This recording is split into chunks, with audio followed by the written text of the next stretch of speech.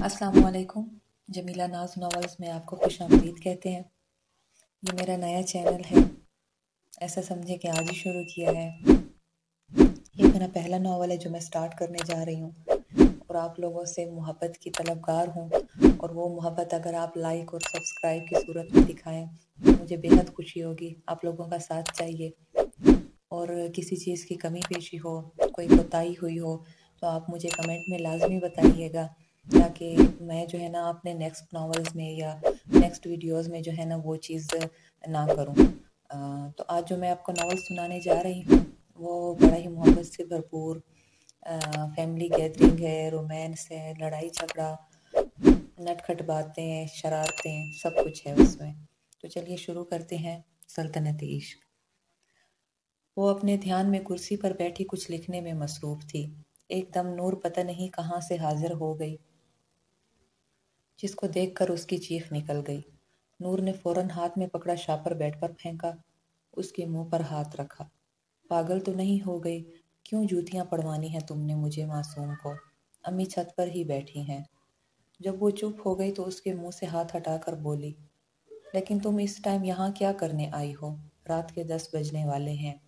वो हैरत से दीवार पर लगी घड़ी को देखती हुए बोली, हाय मेरा हलीम, कमबख्त, अगर गिर गया हुआ ना तो तेरी खैर नहीं।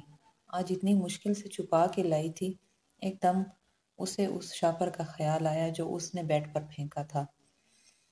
गया है। इस शापर में वो जरा आगे होकर उस शापर को देख कर बोली, तेरे लिए जान पर खेल कर हलीम लेकर आई थी। नूर शापर खोलती हुई बोली, हाय हलीम, तुम शापर खोलो, मैं रोटी बना कर लाती हूँ, फिर मिलकर खाते हैं। वो खुशी से बोली, ओ बहन, बैठ जा इधर, तेरी बहन पूरा इंतजाम करके आई है। ये देख, पूरी 3 रोटियां लाई हूँ। साथ नूर बोली और शापर से रोटियां निकाल कर उसके सामने आगी की। चल फिर जल्दी से खाते हैं, मेरे तो मुंह से पानी का दरिया बन गया। जल्दी निकाल, वो बेड पर बैठकर बोली, और दोनों मिलकर खाने लगी और साथ बातें करने लगी। यार बंदा रोटी तो ज्यादा लाता है, वो उंगलियां चाट कर बोली। मुझे क्या पता था तू सदियों से इस हलीम के इंतजार में भूखी बैठी है। नूर हंसते हुए तंजिया बोली, तू जानती है कि इस हलीम के साथ मैं 10-12 रोटियां भी आसानी से खा सकती हूँ। वो आगे से हंसती हुई बोली, तू इंसान है या जल्लाद? नूर हैरत से बोली, जल्लाद। हा हा हा। छोड़, ये बता तू इस टाइम आई कैसे? मतलब बेल की आवाज़ तो आई नहीं। उसे अचानक याद आया तो उसने पूछा, अरे पार्टनर, वही अपना पुराना तरीका। नूर बोली और उसे आंख मारी, मतलब छत से छलांग लगाकर। उसने कंफर्म करना चाहा, क्योंकि एक यही इनका पुराना तरीका था। घर के साथ साथ होने की वजह से इनके घरों की दीवार सांझी थी और छत की दीवार ज़्यादा ऊंची नहीं थी, जिसका फ़ायदा ये लोग उसी वक्त उठती थी जब इनकी अम्मा हजूर इनको एक दूसरे के घर जाने से मना करती थी, और ख़ास तौर पर जब रात को एक दूसरे से कुछ कहना हो या फिर घर में कुछ मज़े का बना हो तो वो एक दूसरे को ना दे, ये तो हो ही नहीं सकता। ओए चल, अब मैं चलती हूँ, वरना अम्मा की जूती से मुझे कोई नहीं बचा सकता आज। नूर इससे मिलती हुई बोली। नूरी कमबख्त, वापस आ। दीवार के साथ इस साइड से आवाज़ आई, और खाली आवाज़ नहीं आई, एक अदद जूती भी आई, जिससे वो बहुत मुश्किल से बची। और इतना परफेक्ट निशाना तो आप सब जानते हैं कि बस पाकिस्तानी माओं का ही हो सकता है। ओ तेरी अम्मा जाग गई, साथ उनकी जूती भी। नूर बोले, और राबेल ने ज़मीन से जूती हाथ में पकड़ कर कहा, आजा अब कमबख्त, या मैं खुद आऊं तुझे लेने के लिए। एक और जूती आई दूसरी तरफ से, जिसका निशाना सीधा नूर की कमर पे लगा। अच्छा नामी, आ रही हूँ। अब क्या सारे घर की जूतियां यहाँ फेंकोगी? नूर बोली और दीवार के पास चारपाई बिछाकर उसके ऊपर चढ़ गई और दीवार फलांगने लगी। अरे कमबख्त, जूती जूती कहाँ गई? राशिदा बेगम इसे दीवार फलांगते देखकर और तप गई और गुस्से से उठी और जूती ढूंढने लगी। आंटी, आपकी दोनों जूतियां मेरे घर हैं, मैं फेंकती हूँ, आप ज़रा साइड हो जाएं, कहीं आपको ही न लग जाए। राबेल बोली और जूतियां उठाकर दूसरी तरफ फेंकी। इससे पहले कि राशिदा बेगम एक बार फिर हमला करती, नूर फौरन वापस मुड़ी। राबी की बच्ची, तेरी तो نور نے اپنی جوتی اتاری اور اس کا نشانہ بنا کر ماری اور خود سیڑھیوں کی طرف بھاگی، کیونکہ اب اگر وہ نہ جاتی تو راشدہ بیگم اگلے لمحے اپنی جوتیاں ہاتھ میں پکڑے وہاں موجود ہوتی۔ وہی برتن اور اپنی جوتی تو لے جا، رابیل نے ہنستے ہوئے پیچھے سے آواز لگائی۔ اللہ جی بس اس دفعہ پاس کر دیں، اس کے بعد میں شادی کر لوں گی تو آپ کو ہر سال پاس کرنے کے لیے تنگ نہیں کروں گی، قسم سے۔ دونوں رزلٹ دیکھنے کالج پہنچی تو راستے میں نور اونچی اونچی دعائیں کرتے ہوئے بولی، حد ہے ویسے، بندہ سارا سال پڑھ لے، لیکن نہیں جی، تمہیں تو گناہ ہوگا نا اگر سارا سال پڑھ لیا تو۔ اس کے ساتھ چلتی ہوئی رابیل بولی، کیونکہ ہر سال رزلٹ کے وقت وہ یہی کرتی تھی۔ تم چپ کرو، صرف تمہاری وجہ سے ہی ہر سال مجھے یہ سب کرنا پڑتا ہے، ورنہ مجھے کون سا پڑھ کر وزیر اعظم لگنا ہے؟ نور تپ کر بولی۔ کیا مطلب میری وجہ سے؟ وہ حیرت سے بولی۔ نہیں، اوباما کی وجہ سے، نور تنزیہ بولی۔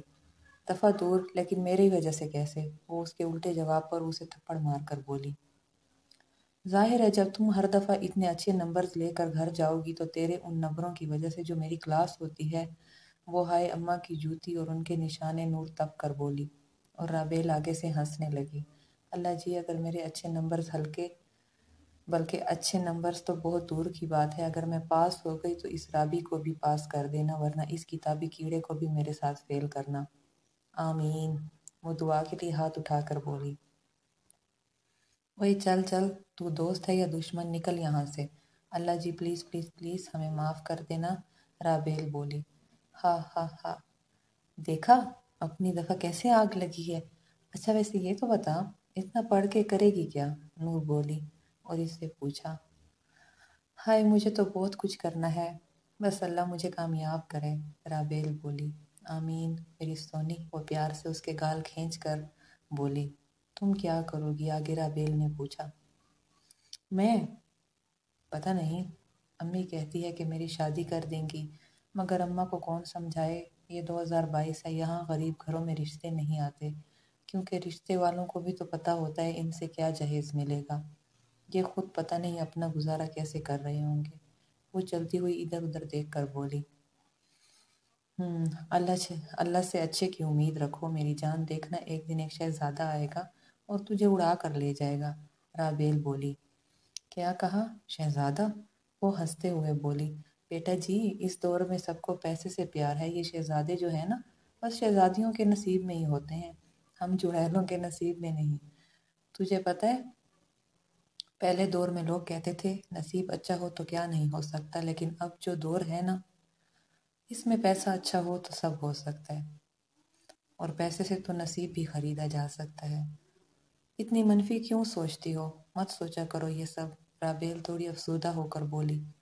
وہ اتنی خوش رہنے والی لڑکی اپنے اندر اتنا سب کچھ کیسے چھپا کر رکھ سکتی تھی؟ لیکن بات تو سچ تھی کہ حالات انسان کو وقت سے پہلے ہی بہت بڑا کر دیتے ہیں۔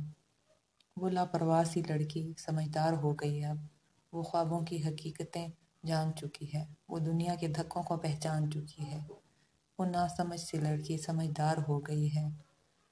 وہ ہنس کے کہہ کے اب نہیں گونجتے، دل کی فرمائش اب لبوں پر نہیں آتی کہ وہ نادان لڑکی سمجھدار ہو گئی ہے، وہ محبتوں کے چنگل سے آزاد رہتی ہے، اپنے نفس پر قابو پانا سیکھ گئی ہے، وہ لاپرواہ سی لڑکی سمجھدار ہو گئی ہے۔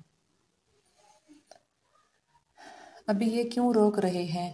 اب کالج سے واپسی پر یہ لوگ گھر جا رہے تھے کہ پولیس والے نے رکنے کا اشارہ کیا تو نور بولی۔ تجھے میں کہہ بھی رہی تھی آہستہ چلا بائک، اب دیکھ لے پیچھے بیٹھی، رابیل بولی۔ جی میڈم، کیا کر رہی ہیں؟ بائک رکتے ہی پولیس والا اس کے پاس آیا اور بولا۔ میں؟ وہ بھی ہے زبردستی، نوری سوچتی ہوئی بولی۔ رابیل کی ہنسی نکل گئی۔ او بہن جی میرا مطلب کیسے چلا رہی تھی بائک؟ پولیس والا بولا۔ ان دو معصوم ہاتھوں سے، نوری نے معصومیت سے اپنے دونوں ہاتھ اٹھائے اور جواب دیا۔ بہن میری اتنی تیز کیوں چلا رہی ہیں؟ پولیس والے نے حیرت سے اسے دیکھا، پھر بولا۔ نہیں بتا سکتی، نور بولی۔ پولیس والا کافی حیران ہوا۔ ٹھیک ہے چالان کاٹ رہا ہوں، پولیس والا بولا۔ ایسے تو نہ کریں، آپ کی بیٹیوں کی طرح ہوں، ایک تو پہلے ہی امی کی جوتی کی ٹینشن، اوپر سے آپ کا چالان، काटने आ गए। मैं भी इंसान हूँ, मुझे भी हक है जीने का, नूर बोली, और राबेल दूसरी तरफ मुंह करके खड़ी हो गई। हंसी रोकना मुश्किल हो रहा है अब। आप होश में हैं मोहतरमा? पुलिस वाला हैरत से बोला। आय हाय, कोई मेरा दुख नहीं समझ सकता। काश आप भी कभी पूरे नंबरों से पास हुए होते तो आज कम से कम आप तो मेरा दुख समझ सकते। पुलिस वाला इसकी बात सुनकर सर खुजाने लगा। आपके सर में जुएं हैं क्या? अगर हैं भी तो आप अब परेशान होने की ज़रूरत नहीं है। आपको मेरी गली में एक औरत तेल बताती है जो 2 दिन लगाएं तो सारा सर साफ हो जाएगा।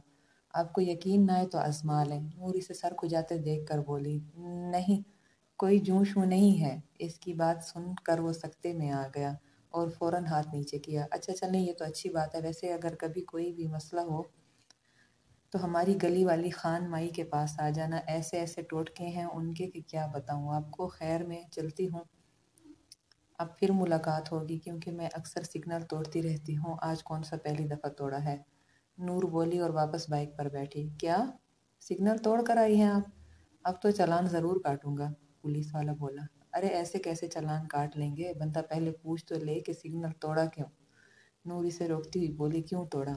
पुलिस वाला चालान काटते हुए रुका और पूछा, अब मैं क्या बताऊं आपको? खैर जाने दें इस बात को, नूर बोली। पुलिस वाले ने इसे नासमझी से देखा। ठीक है, वो बोला और फिर चालान काटने लगा। हाँ, ये क्या बात हुई? एक दफ़ा में कौन वजह बताता है?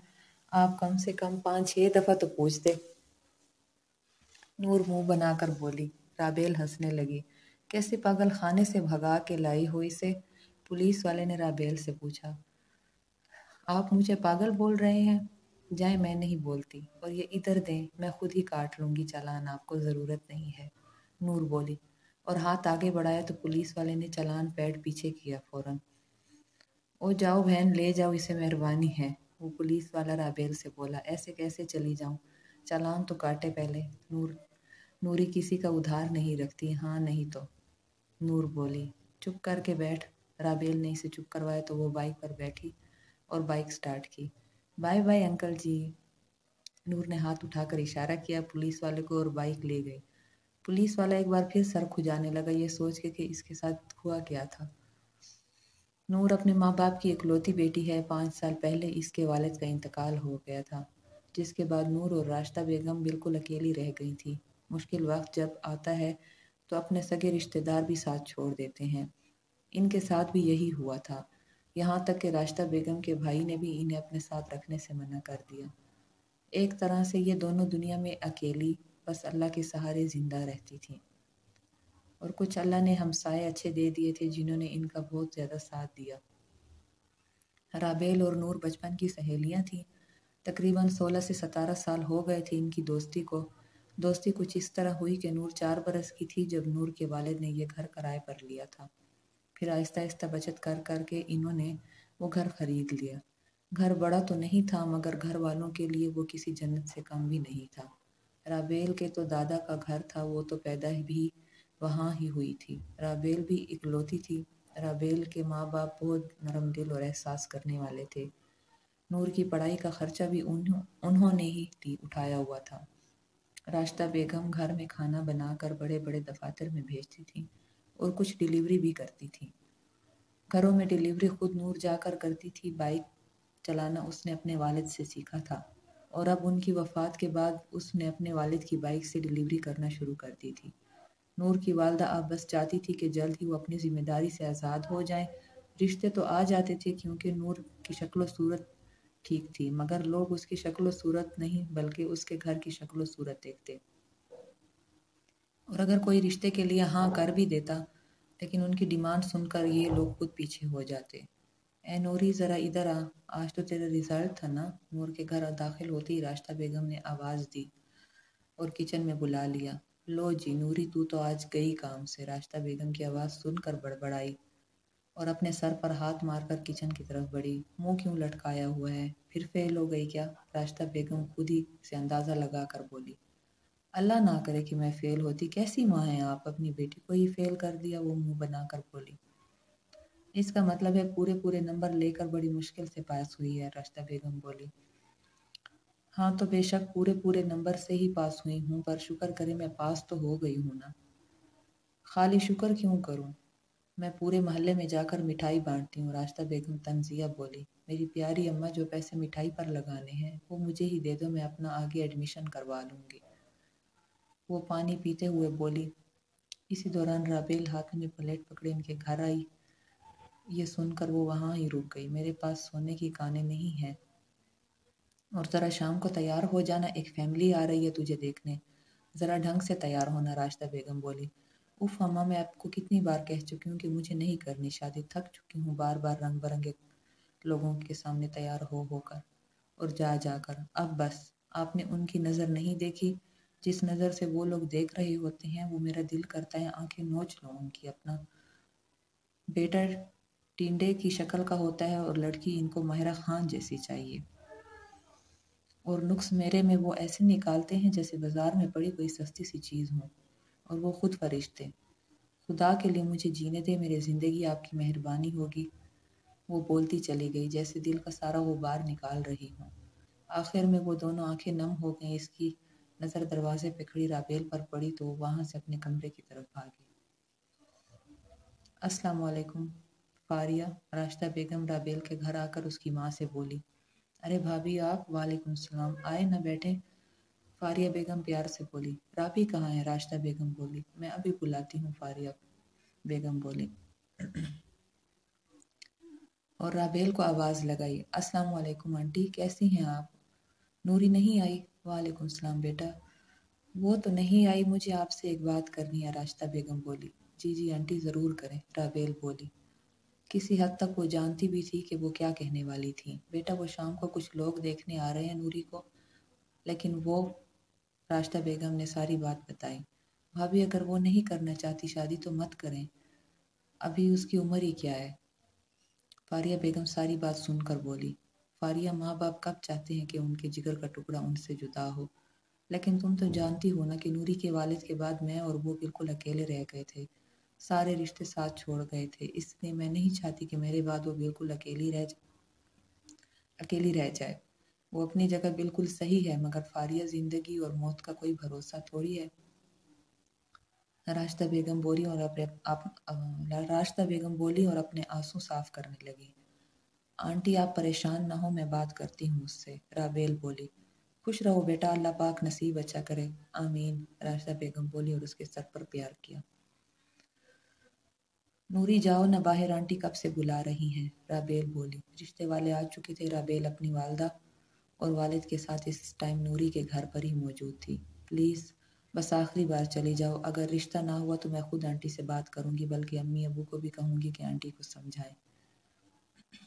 नूर अपनी जगह वैसे ही बैठी थी तो राबेल उसके पास आकर बोली। नूर ने अपनी लाल आंखें जो रोने की वजह से लाल हो गई थी, राबेल को एक नज़र देखा और खड़ी हुई, दुपट्टा लिया और बाहर की तरफ चली गई।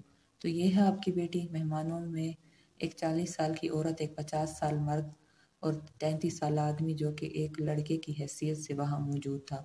उनकी अजीब नज़रों से इसका दिल चाहा कि वो भाग जाए वहाँ से, और हमेशा के लिए। मैंने सुना है ये बाइक चलाती है, वो औरत नापसंदीदा नज़रों से उसे देखते हुए बोली। जी माशाल्लाह से इसने अपने वालिद के इंतकाल के बाद सारा घर संभाल रखा है, अहमद साहब फ़ख्र से बोले। वैसे जहेज तो देंगे ना आप लोग, वो औरत बोली। जाहिर है एक इकलौती बेटी, आप खाली हाथ थोड़ी ना रुखसत करेंगे, वो 50 साल आदमी बोला। हाँ तो क्या, और क्या, गाड़ी तो दे सकते हैं, आखिर इकलौती है, और वैसे भी हमारा बेटा डॉक्टर है, सारी ज़िंदगी की कमाई लगाई है इस पर हमने, वो औरत बोली। बाकी एक दूसरे को परेशानी से देखने लगे। नूर की हिम्मत ख़त्म हो रही थी, आंखें आंसू से भर चुकी थीं। एकदम इसने ज़ोर से आंखें बंद की, दोनों आंखों में पानी भर गया। उसने साफ किया और खड़ी हुई तो सीधा कहो ना, अपने बेटे को बेचने आए हो तुम लोग? वैसे गाड़ी, बस इतना सस्ता है तुम लोगों का ये टिंडे के मुंह वाला डॉक्टर? मेरे घर वाले तो मेरे ऊपर से वार कर जहाज दे सकते हैं तुम जैसे भूखों को, वो भी सदके में। पर मसला ये है कि तुम लोगों की औकात नहीं है, बल्कि अम्मी आप इनसे रोटी पानी का भी पूछ लें, पता नहीं कब के भूखे बैठे हैं बेचारे। बल्कि 1 मिनट, वो बोलती गई और सब उसे हैरत से देखते रहे। 1 मिनट बोलकर दुपट्टे का किनारा पकड़ा और इसकी ग्राह खोली और इसमें पड़ा 500 का नोट निकाला। ये लीजिए, अभी मेरे पास 500 ही है, इससे जितना राशन आता है डाल लेना, मेरे थोड़े दिनों में पूरे महीने का राशन डाल जाऊंगी। आप लोग परेशान ना होना, और हाँ शुक्रिया मत कहना, ये मेरा फ़र्ज़ था।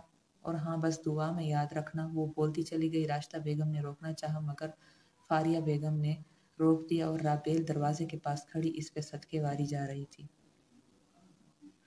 ओए बूढ़े, समोसे नीचे रख और निकलो यहाँ से तीनों। दोबारा आस पास भी नजर आए ना तो टांगे तोड़कर तुम्हारे हाथ में पकड़ा दूंगी। वो इन तीनों को हैरत से देखकर बोली, जो अभी भी मजे से बैठे थे। तोबा तोबा, कितनी बेजुबान और बदतमीज लड़की है। शुक्र है पहले ही पता लग गया। वो औरत बैग उठाकर बोली, खाला जी, मेरी बदतमीजी देखी ही कहाँ है तुमने? अगर बदतमीजी की तो तौबा कर लोगी। अपना बेटा बेचने के लिए अब निकलोगी या धक्के देकर निकालूं तुम लोगों को? बड़े आए मेरा रिश्ता मांगने, मुंह ते न मत्था, जिन पहाड़ू लथा। वो बोली और गुस्से से अपनी कमीज के बाजू ऊपर करने लगी। वो तीनों मिनटों में वहां से गायब हो गए और वो जोर जोर से हंसने लगी। फिर जब अम्मा का ख्याल आया तो फौरन इसकी हंसी को ब्रेक लगी और उसने इन तीनों को देखा। अम्मा तो कुर्सी पर सर पकड़े बैठी थी और आतिफ साहब और फारिया बेगम मुस्कुरा कर उसे देख रहे थे। सॉरी अम्मा, वो बोली और वहां से भाग गई और कमरे से बाहर खड़ी राबेल के गले लग गई। देखिए आपा, शुरू से आपने मुझे अपना छोटा भाई कहा है, तो बस यकीन रखिए मैं नूर बेटी के साथ कभी बुरा नहीं होने दूंगा। वो मेरे लिए राबेल की तरह है। अगर वो पढ़ना चाहती है तो इसे पढ़ने दे, और उसे राबेल भी तो पढ़ रही है ना। आतिफ साहब उन्हें समझाते हुए बोले।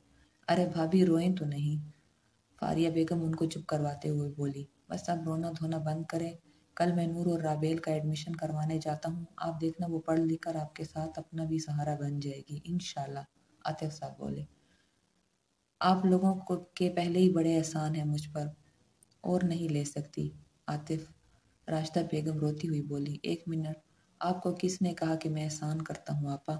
आज तो आपने एक ही लम्हे में पराया कर दिया अपने भाई को। बस अब मैं नाराज हूँ। आतिफ साहब बोले, नहीं नहीं मेरे भाई, नाराज ना हो। तुम लोगों के अलावा हमारा है ही कौन? मेरे तो सगे भाई ने साथ छोड़ दिया था मेरा। तब बस तुम लोग ही तो थे। जो राशिदा बेगम ने और शुक्रिया करके बोला, फिर कल 9 बजे नूर को भेज दीजिएगा। आप, मैं और उसे राबेल को कॉलेज ले जाऊंगा। चलें अब हमें इजाज़त दें, मुझे ज़रा एक ज़रूरी काम से जाना है। आतिफ साहब बोले और जाने के लिए खड़े हुए। फारिया भी खड़ी हो गई और मिलने लगी और ये लोग अपने घर की तरफ बढ़ गए। राशिदा बेगम को जितना दुख अपने भाई के रवैये पे होता था, इससे ज़्यादा शुक्र वो आतिफ साहब और फारिया के मिलने का अदा करती थी। कहानी जारी है। ये इसके फर्स्ट एपिसोड थी। इंशाल्लाह अगर आप लोगों को पसंद रही तो तसलसल से ये जारी रहेगी। अपना फीडबैक लाजमी दीजिएगा कमेंट बॉक्स में। अल्लाह हाफ़िज़।